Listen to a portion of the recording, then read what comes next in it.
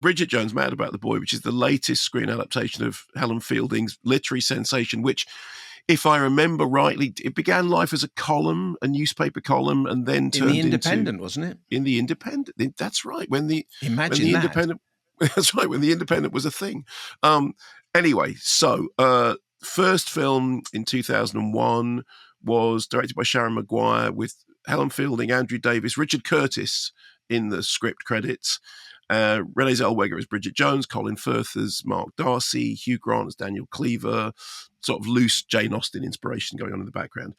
2004, Edge of Reason, which is pretty much the same writing team, plus Adam Brooks and Beeban Kidron directing.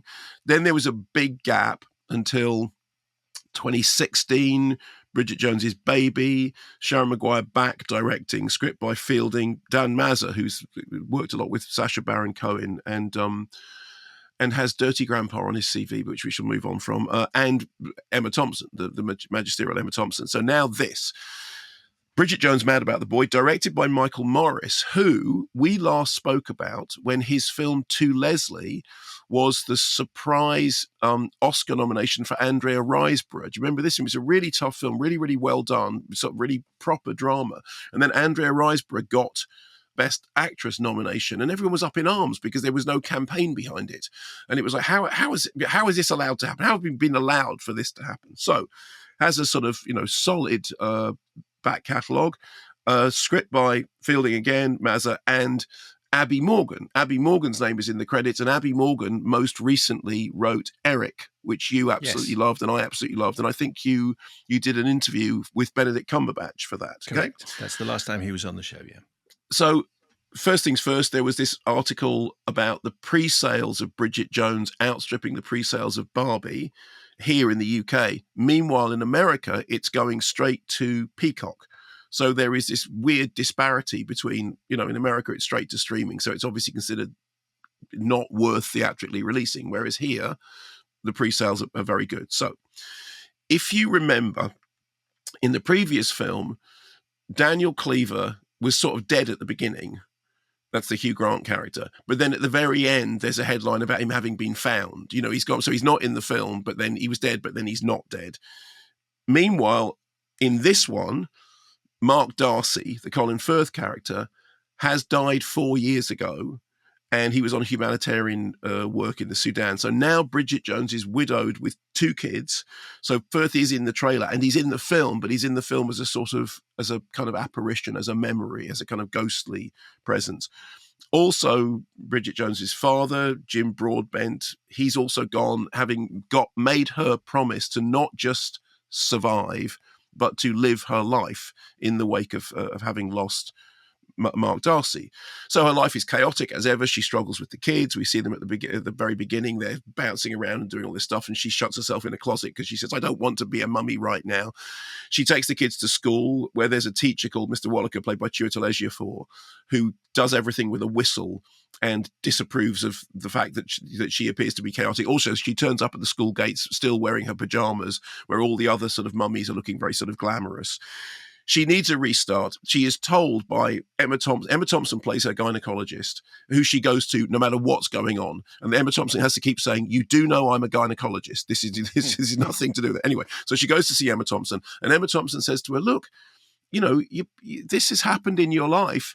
You need a restart. What you need is to go back to work. Go back to get your job. So she does that. She goes back to work as a TV producer, because basically since she lost Mark Darcy, she's kind of just dedicated herself to her kids.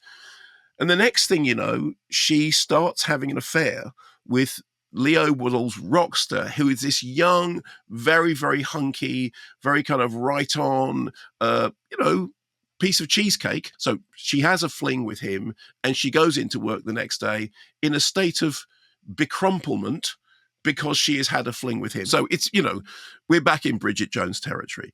Emma Thompson is fantastic. I mean, she's only on screen a few times, but every time she's on, she's hilarious. Hugh Grant, who is now back, is still playing the aging roue. He's got a 20-something girlfriend who is a poet, model, and healer. But he is also now very good friend to Bridget Jones. So when she goes out, he comes over to babysit the kids, and the kids love him. The kids think he's a fabulous uncle. And he's got to the point in his life when he started to worry maybe he spent his whole life being a bit of an arse, and now he's estranged from his son. He doesn't have any contact. He wonders whether maybe he's wasted his life. Chiwetel Ejiofor, who is always fantastic, and I always really enjoy his performance. He's very good as the kind of the uptight school teacher, doing everything by the whistle, doing everything by the book, who doesn't believe in the soul and spirituality. And there's a whole sort of subplot about the fact that the kids are dealing with this loss, and this teacher is just like, yeah, well, everything is to do with, it's physics and science. It's not soul, but that there's something else going on behind that.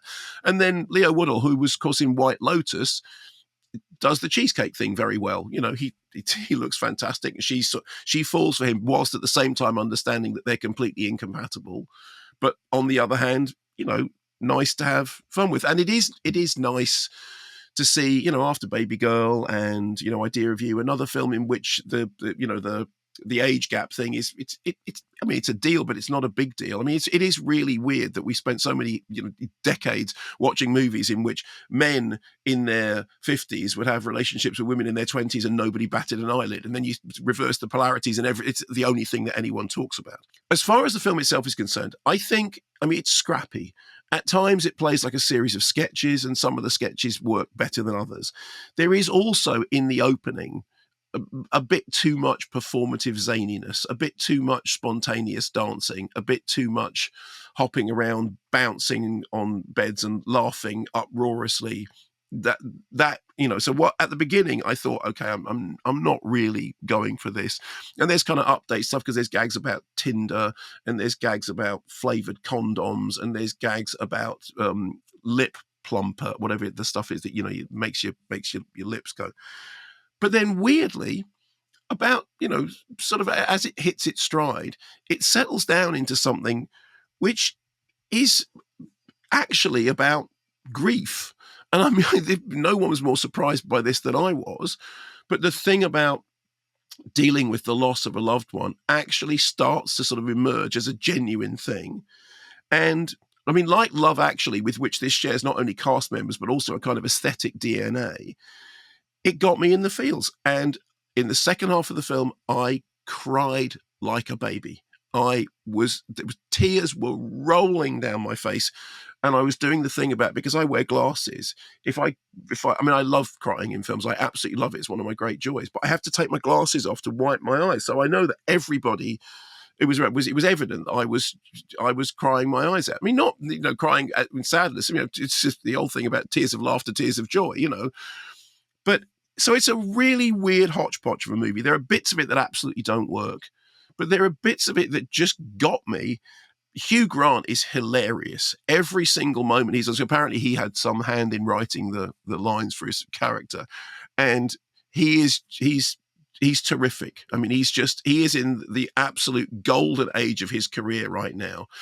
You think he's never been better, and it's messy and scrappy and bitty, and it takes a while to find its feet, and you know exactly where it's going. But then when it does, it just starts working, and you laugh, you cry, you come out. I mean, I literally came out, I'm not being funny. My face was sopping wet with crying through it, which I really liked. So it clearly works. What a state to be. What a state to be in. Sorry.